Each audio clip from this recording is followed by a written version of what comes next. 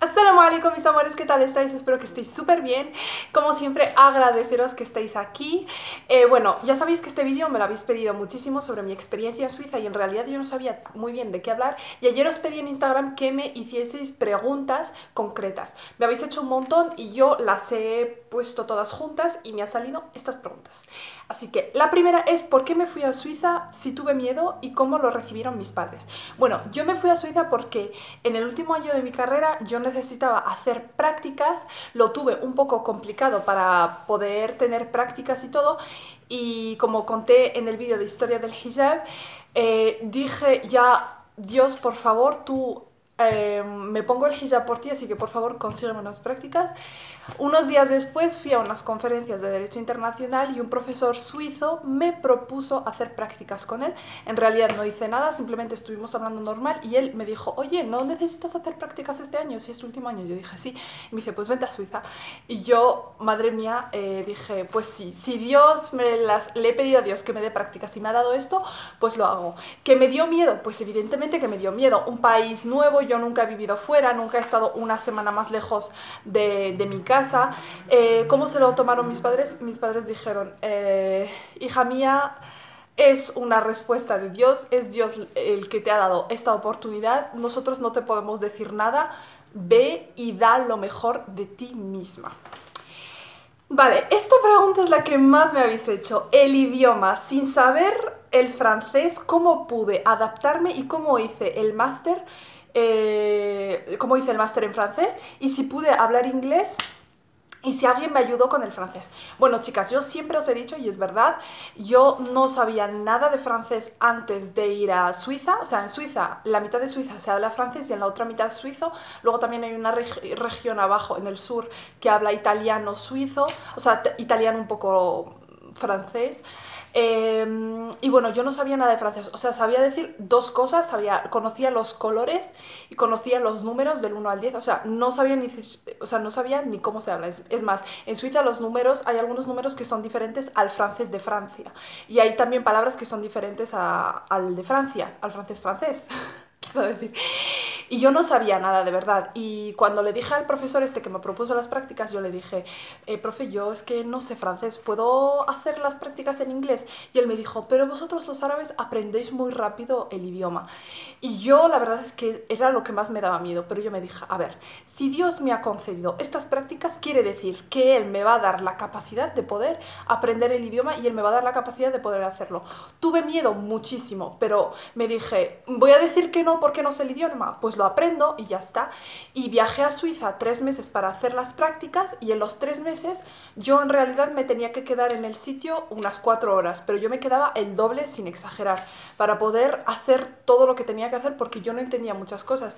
Tuve que leer mogollón de documentos en francés, pues hacer traducciones, o sea, me la pasaba estudiando, aprendiendo y alhamdulillah, Dios abre las puertas cuando tú haces el esfuerzo realmente.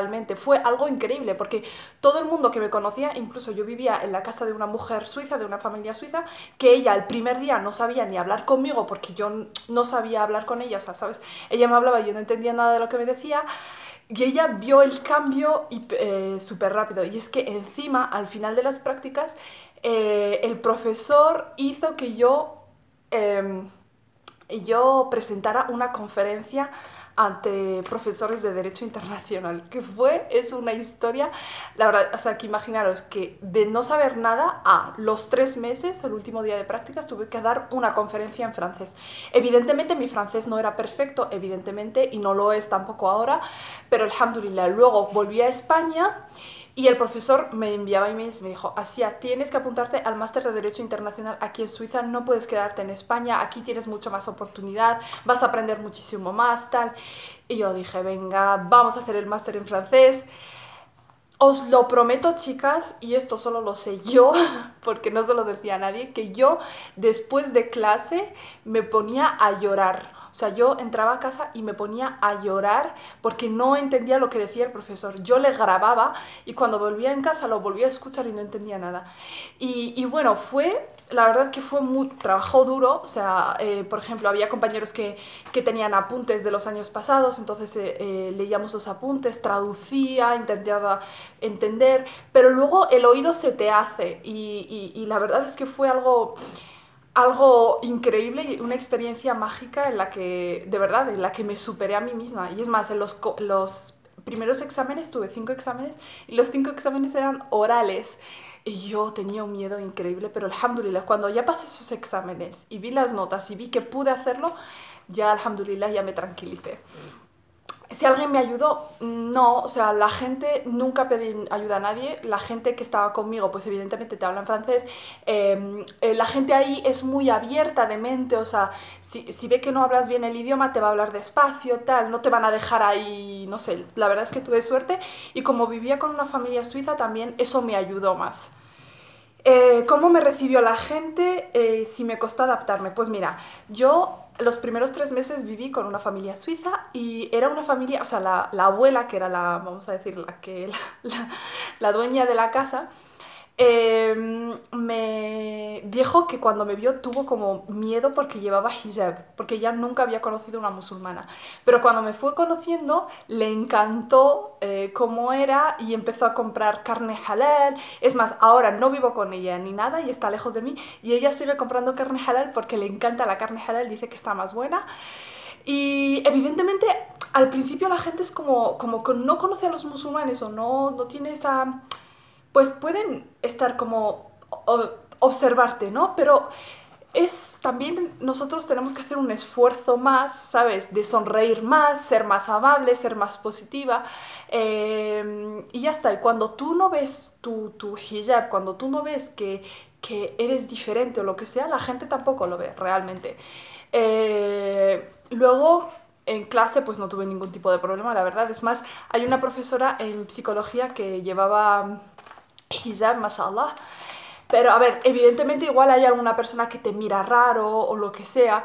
Cuando estaba haciendo las prácticas, había una mujer en las prácticas que era un poco que no le gustaban mucho los musulmanes, pero es que no tenía nada que hacer porque yo estaba ahí y esto no le gustaba mucho, pero bueno, a mí es que eso me da igual y punto final, si a alguien no le gusta, pues es su problema. El problema lo tiene él, no yo.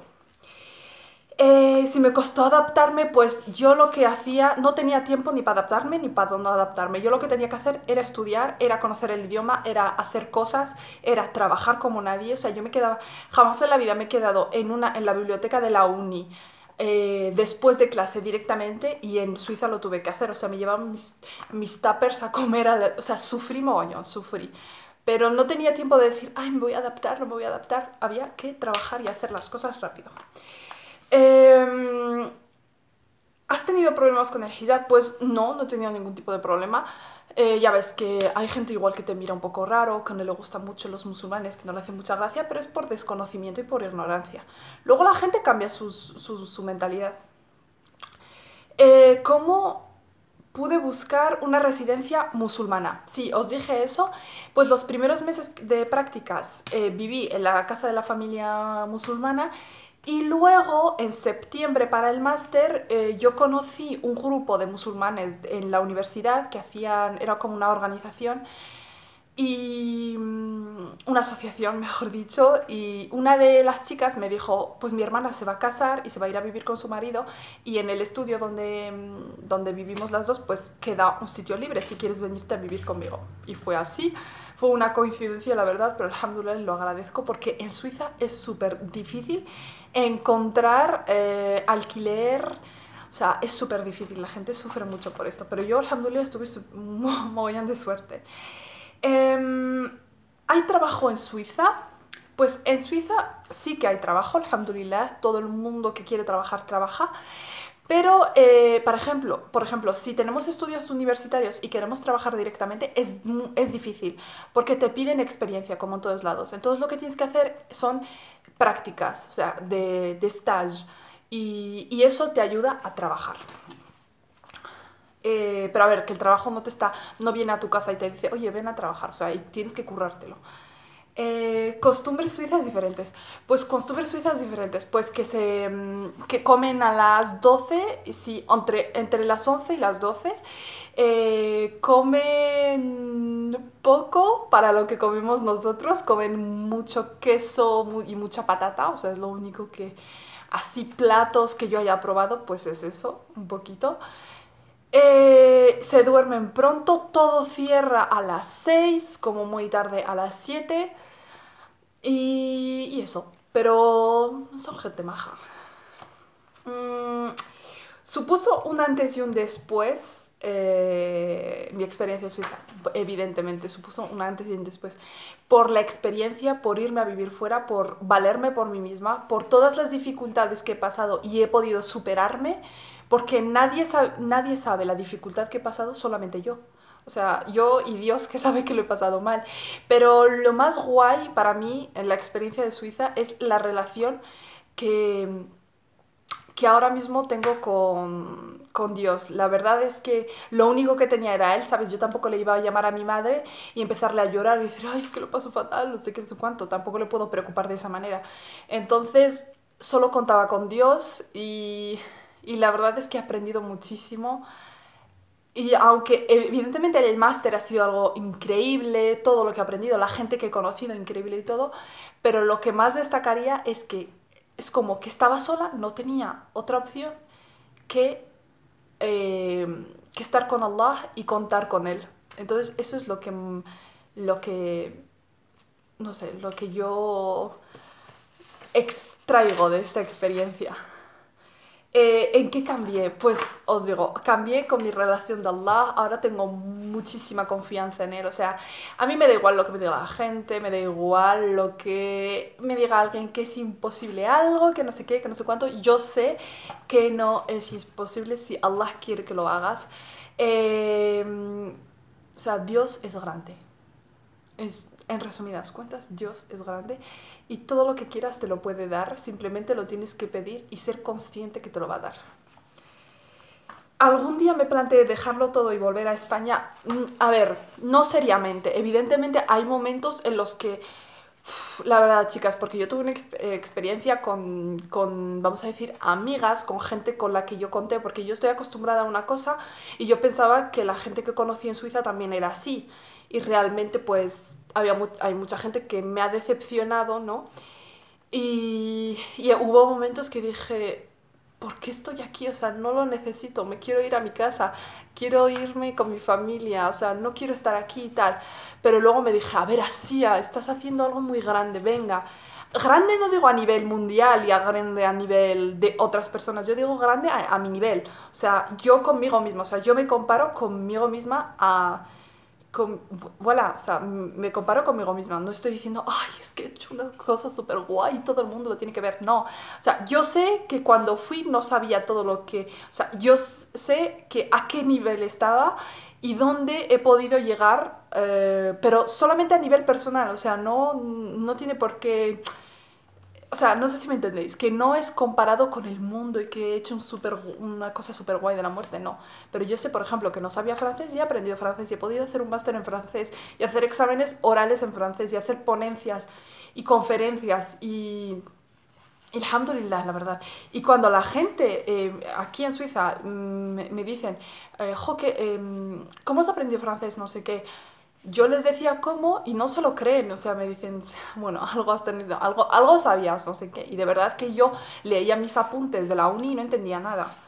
Eh, y si la experiencia diría que es 100% enriquecedora y si la recomendaría, buah, no 100%, 200%. O sea, tienes que salir de tu zona de confort. Tienes que salir de tu zona de confort. O sea, eso es lo que hace a un ser humano grande. Cuando tienes todo seguro y tienes miedo y dices, jo, mejor así me conformo, no hay que ser jamás conformistas. Siempre hay que aspirar a lo más grande. Y cuando... ¿Sabéis esa frase que dice algo así de si tus sueños no te dan miedo, no son lo suficientemente grandes? Pues es que yo la creo 100%.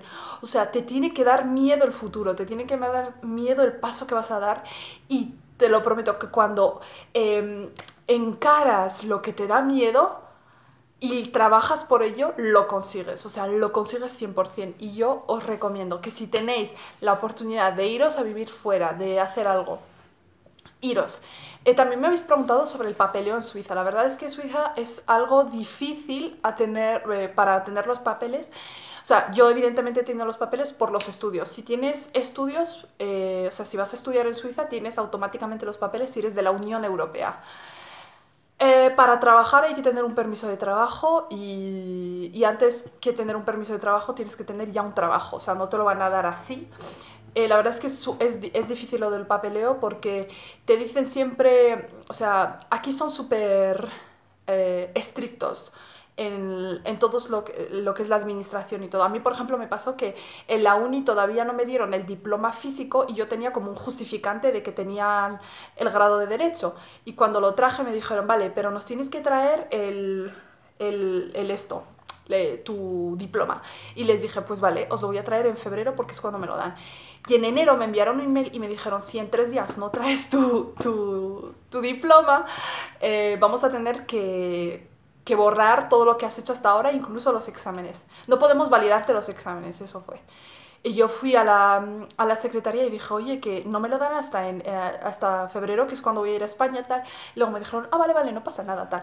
Y me dijeron, pues en febrero, ¿qué fecha? Tal. Y me dijeron, pues esta fecha lo tienes que traer. O sea, son súper estrictos. Y bueno, chicas, hasta aquí el vídeo de hoy. Decidme abajo qué es lo que queréis ver esta semana, porque a partir de la semana que viene empezamos con el Ramadán, inshallah. Os quiero muchísimo, muchísimas gracias por estar aquí y a ser felices.